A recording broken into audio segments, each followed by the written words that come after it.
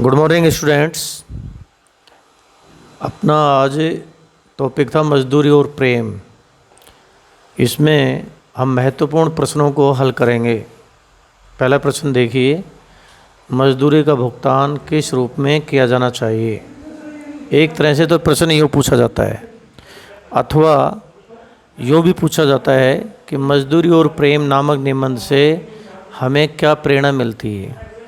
तीसरे इस प्रकार से भी पूछा जाता है कि मजदूरी और प्रेम नामक निबंध का प्रतिपाद्य यानी क्या संदेश दिया गया है, लिखिए।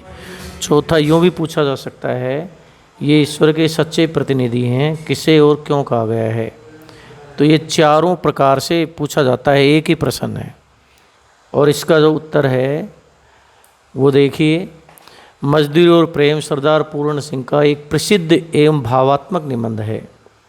इस निबंध में मेहनत करने वाले लोगों के श्रम और उनके सच्चे मूल्य का आदर करने की प्रेरणा दी गई है।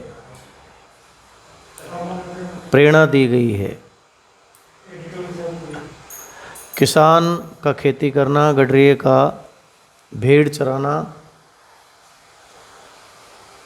गडरिये का भेड़ चराना,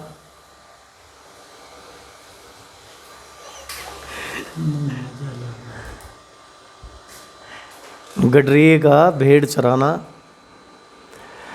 मजदूर द्वारा किए गए कार्य का मूल्य पैसे से नहीं चुकाया जा सकता। इन लोगों की साधना, महानता एवं त्याग का मूल्य उनके प्रति प्रेम एवं सम्मान व्यक्त करके ही चुकाना चाहिए।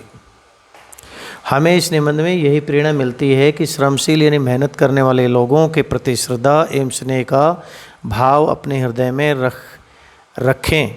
निबंधकार ने कहा है कि मेहनत करने वाले ही ईश्वर के सच्चे प्रतिनिधि हैं। जो कठिन श्रम करते हैं वही ईश्वर के सच्चे प्रतिनिधि हैं। अतः हमें इन सभी का सम्मान करना चाहिए। अब दूसरा प्रश्न देखिए। दूसरा प्रश्न, उस बहन की सिली हुई कमीज मेरे लिए मेरे शरीर का नहीं, मेरी आत्मा का वस्त्र है। लेखक के इस कथन का आशय स्पष्ट कीजिए। या इस प्रश्न को यूँ भी पूछा जाता है, कुछ काल के उपरांत हे राम कहकर उसने फिर सीना शुरू किया। वाक्यांश किसके लिए क्यों कहा गया है, विवेचना कीजिए। देखो इसमें उत्तर, सरदार पूर्ण सिंह के निबंध मजदूरी और प्रेम में अनाथ विधवा द्वारा कमीज की सिलाई का भावुक एवं मार्मिक चित्रण किया है। ये भाववादी निबंधकार हैं, जो पश्चिम के भाववादी दार्शनिक हैं, रस्किन और बोस्टन आदि, उनका ज़्यादा प्रभाव इन पर पड़ा है। वह विधवा सारी रात बैठकर कमीज की सिलाई अपने हाथों से करती है। दिन भर की भूखी महिला अपनी गरीबी पर आंसू बहाती है और व्यथित हो जाती है। भोजन मिलने की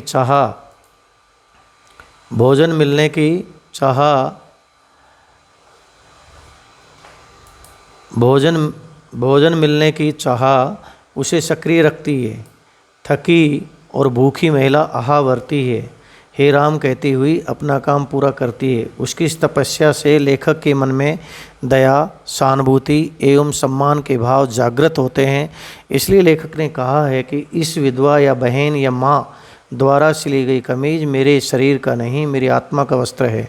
यानी उस वस्त्र को, जब उस कमीज को लेखक पहनता है तो उस विधवा बहन का समर्पण, उसकी सच्चाई, उसकी मन की पवित्रता, उसकी एक तरह से काम करने की पूरी भावनाएं की अनुभूति उसे हो जाती है। क्योंकि यह कमीज प्रार्थना, संध्या और नमाज से कहीं अधिक महत्वपूर्ण है। उस कमीज का पहनना तीर्थ यात्रा से कम नहीं है। तीसरा प्रश्न देखिए, विद्या ये नहीं पढ़ा, जप और तप ये नहीं करता, संध्या वंदना आदि इसे नहीं आते, ज्ञान दान का इसे पता नहीं है, मस्जिद गिरजा मंदिर से इसे सरोकार नहीं है। किसके लिए और क्यों कहा गया है, समझाइए। अथवा इसको यूँ भी प्रश्न पूछा जाता है, जब कभी मैं इन बेमुकुट गोपालों के दर्शन करता हूँ तो मेरा सिर स्वयं ही झुक जाता है। किसके लिए और क्यों कहा गया है, विवेचना कीजिए।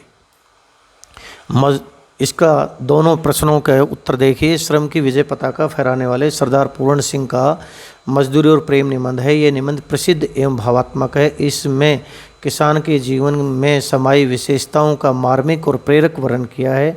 किसान परिश्रम करके खेतों में अन्न पैदा करता है, ब्रह्मा के समान वो कार्य करता है, निस्वार्थ अन्न से दूसरों का पेट भरता है, खेती में कार्य समर्पित भाव से करता है, इसलिए किसान को ब्रह्मा के समान कहा है। खेतों में लहलाती फसल उसके परिश्रम का परिणाम है। खेत मेहनत करके आस्था व्यक्त करता है कि कर्म ही पूजा है, वर्क इज वर्शिप। किसान का जीवन वृक्षों की तरह मौन और दूसरों को सुख देने वाला होता है, अतः किसान को ब्रह्मा के समान बताया है। खेतों में परिश्रम ही ईश्वरीय प्रेम का केंद्र है। श्रमशील जीवन के कारण ही उसका निरोगी और सादगीपूर्ण जीवन है। उसने अध्ययन नहीं किया, इसलिए ज्ञान से सरोकार नहीं है। सरोकार का अर्थ है मतलब नहीं है। वह अपने खेतों में मेहनत करके कर्म रूपी उपासना करता है। उसका जीवन सादगी और सच्चाई से पूरित होता है। साग पात खाकर, बहते झरनों और नदियों का पानी पीकर भूख प्यास बुझा लेता है। उसके जीवन में संतोष की सर्वत्र छाया है।